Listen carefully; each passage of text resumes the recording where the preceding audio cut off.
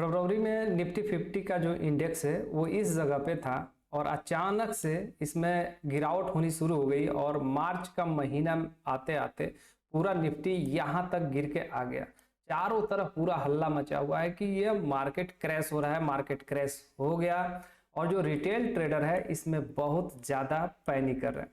हाँ, ये बात जरूर है कि ये जब मार्केट इस तरीके से गिरावट दिखाएगा वन साइडेड तो पैनिक होना लाजिम है, लेकिन इस पैनिक में आके जो अपने पोजीशंस को स्क्वायर ऑफ कर देंगे या अपने पोजीशन से एग्जिट हो जाएंगे तो जाहिर सी बात है वहां पर लॉस बुक हो जाएगा और लॉस फिक्स भी वहीं पे होगा।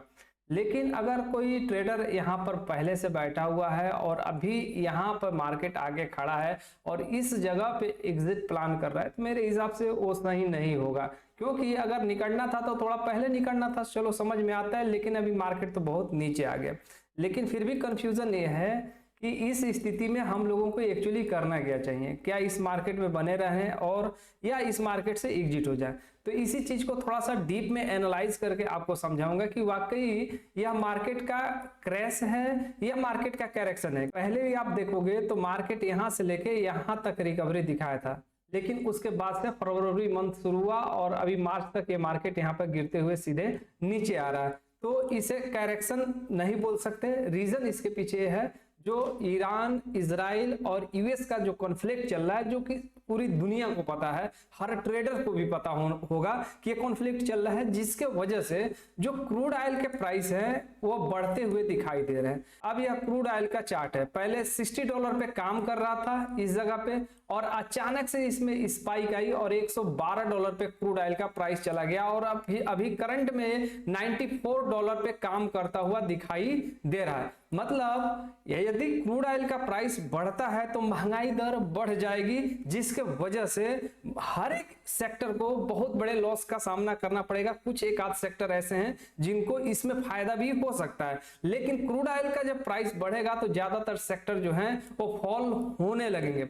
अब जब एनर्जी का प्राइस ऊपर जा रहा है तो बाकी स्टॉक मार्केट में क्रैश आना लाजिम है, और जब तक ये स्टेबल नहीं होगा, मतलब क्रूड ऑयल स्टेबल नहीं होता है, ये अपने प्रीवियस लेवल पे नहीं आता है। मतलब कहने का एक चीज है कि इसका जो एक एवरेज प्राइस होता है $60 से ज्यादातर बिलो ही काम करता है, मैक्सिमम $70 तक ये जाता है। लेकिन इस बार इसने हद पार कर दी और $112 पे चला गया। अब इसका इंपैक्ट क्या पड़ा मार्केट के ऊपर, जरा उसे भी आप समझ लो नंबर्स के साथ में, जिससे बहुत सारी चीजें आप लोगों के सामने क्लियर हो जाएंगी। यहां पर एक चीज मैं आप लोगों को दिखाता हूं, एक आंकड़ा है इकोनॉमिक टाइम का, जो ये मार्केट में मूव आया है, मतलब फॉल आया है बड़ी सी, जिसको लोग क्रैश बोल रहे हैं। इसमें 34 लाख करोड़ का यहां पर नुकसान हुआ है, जो कि आप इस जगह पे देख सकते हैं।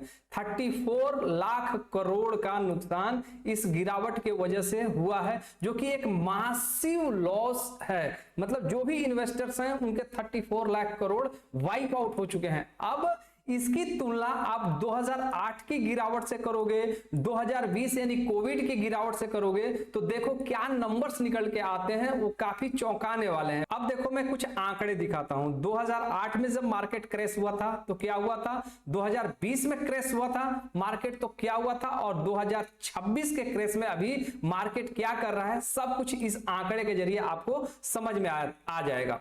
2008 का जब क्राइसिस आया था, यानी जब मार्केट क्रैश हुआ था, तो जो इन्वेस्टर थे उनके 40 लाख करोड़ वाइप आउट हो गए। यहां पर वह नंबर आपको क्लियर दिख रहा होगा। और दूसरी जगह पे आप देखोगे 2020 में जब क्रैश आया था कोविड के टाइम पे, तो यहां पे 33 लाख करोड़ का वाइप आउट हो गया था। मतलब जो इन्वेस्टर थे उनके 33 लाख करोड़ वाइप आउट हो चुके थे। अब यहां पर देखो उसी तरीके से अब जो 2026 में क्रैश चल रहा है, जिसको क्रैश बोला जा रहा है, इसमें 34 लाख करोड़ रुपए इन्वेस्टर्स के वाइप आउट हो चुके हैं। अब इन सारी चीजों की तुलना करेंगे तो यहां पर अभी जो करंट के सिचुएशन यानी 2026 में जो वाइप आउट हुआ है, मतलब इन्वेस्टर्स के पैसे, वो 34 लाख हैं, और जो सबसे मासिव जो वाइप आउट हुआ था पैसा वो 2008 में हुआ था 40 लाख करोड़। लेकिन इसके बीच में टाइम का फर्क बहुत ज्यादा है। 2008-2020 इसमें टाइम का फर्क है, क्योंकि उस समय अपना मार्केट छोटा था और इस समय अपना मार्केट बहुत बड़ा हो चुका है। आज अगर 5% की गिरावट होगी या 8% की गिरावट होगी तो समझ लो ये जितना 2008 में गिरावट हुआ था उसके बराबर ही यहां पर इन्वेस्टर्स को लॉस देखने मिल जाएगा, क्योंकि मार्केट बड़ा है। लेकिन अगर ऐतिहासिक रूप से तुलना करें तो केवल 6 लाख करोड़ का ही फर्क है 2026 में, यानी 2026 के क्रैश में अब केवल 6 लाख करोड़ और वाइप आउट हो जाते तो ये लगभग 40 लाख करोड़ के बराबर हो जाता, मतलब ऐतिहासिक रिकॉर्ड हो जाता यह जो गिरावट है वह। अब यहां पर बात कर लेते हैं मार्केट में एफआईज का क्या रोल रहा है, मतलब उन्होंने क्या किया है इस मार्केट कंडीशन को देखते हुए और जियोपॉलिटिकल कंडीशन को देखते हुए। यहां पर देखोगे तो एफआईज ने 56,883 करोड़ रुपए की बिकावली की है, जिसके वजह से मार्केट में हैवी पैनिक देखने को मिल रहा है। मतलब एफआईज ने बहुत ही ज्यादा दबा के जो है कि सेलिंग की, अपने पोजीशंस को काटा है और इसका रीजन आपके सामने बिल्कुल क्लियर है। आपको इसमें ज्यादा सोचने की जरूरत नहीं है। यह सब कुछ हो रहा है इजराइल, ईरान और यूएस के बार के वजह से। यदि किसी वजह से मामला ठंडा पड़ता है तो ये जो नंबर दिख रहा है आपको 56,883 करोड़ का जो बिकावली हुआ है, यही नंबर वापिस इसी भारतीय बाजार में आके जुड़ेंगे। अब आप पूछेंगे ऐसा क्यों आके वापिस ये लोग जुड़ेंगे, वापिस आके क्यों यह खरीदारी करेंगे? क्योंकि इंडिया की जो इकोनॉमी है सबसे तेजी के साथ में ग्रोथ करने वाली इस समय की इकोनॉमी है, जिसके कारण इन एफआईज को यह अट्रैक्ट करता है अपना मार्केट। और ये जो नंबर अभी इस मार्केट से निकला है वापिस यह नंबर आके जुड़ेंगे इसी मार्केट में, यानी भारतीय मार्केट में आके जुड़ेंगे। लेकिन कब, यह कब होगा आपको यह सोचना है और करना क्या है, आपको यह भी सोचना है कि अब आप आगे क्या प्लान करोगे। देखो, आप सिर्फ एक चीज पे नजर बना के रखो और वह चीज है यूएस ईरान वार।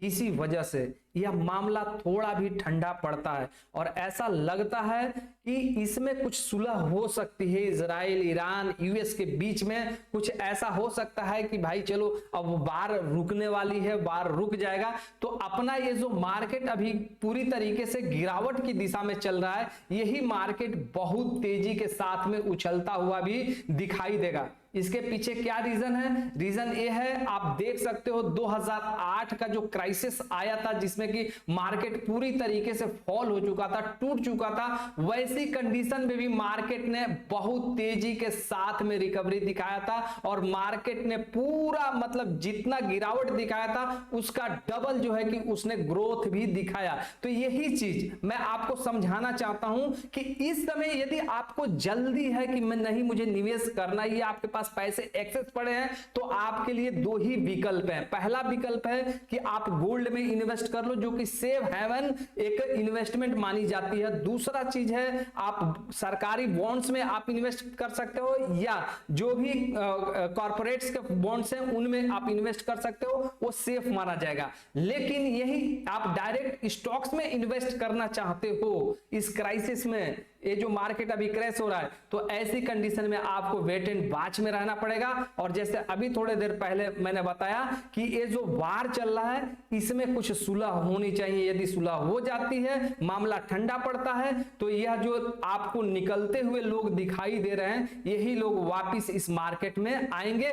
इसमें पैनिक बिल्कुल भी नहीं होना है। यदि आप पैनिक होंगे तो आप लॉस जरूर बुक कर लेंगे और तब आपका लॉस माना जाएगा कि हां आपका लॉस हो चुका है। लेकिन जब तक मार्केट में डटे हुए हैं, बने हुए हैं, तो लॉन्ग टर्म में देखा जाए तो मार्केट को ऊपर ही जाना है। लेकिन ये कॉन्फ्लिक्ट जो है ये सबके अंदर डर पैदा किया है, जिसके वजह से ज्यादातर ट्रेडर, इन्वेस्टर अभी पैनिक में आके सेलिंग कर रहे हैं, जो कि यह गलती नहीं होनी चाहिए। यह एक अपॉर्चुनिटी है इन्वेस्टर्स के लिए कि मार्केट करेक्शन में आ रहा है, मार्केट नीचे गिर रहा है, तो आपको नीचे से बाई करने का मौका मिलेगा। यह मौका बार बार नहीं मिलता है, इसलिए आपको पैनिक नहीं करना है। सो फ्रेंड्स, आई होप कि मार्केट के इन सारी डेटास को देखने के बाद आपको समझ में आया होगा कि आपको मार्केट में क्या करना है और क्या नहीं करना है। नए हो तो चैनल सब्सक्राइब कर लेना, टेलीग्राम का लिंक भी इस वीडियो के डिस्क्रिप्शन में मिल जाएगा, उसे भी ज्वाइन कर लेना। आज की इस वीडियो में इतना ही रहने देते हैं,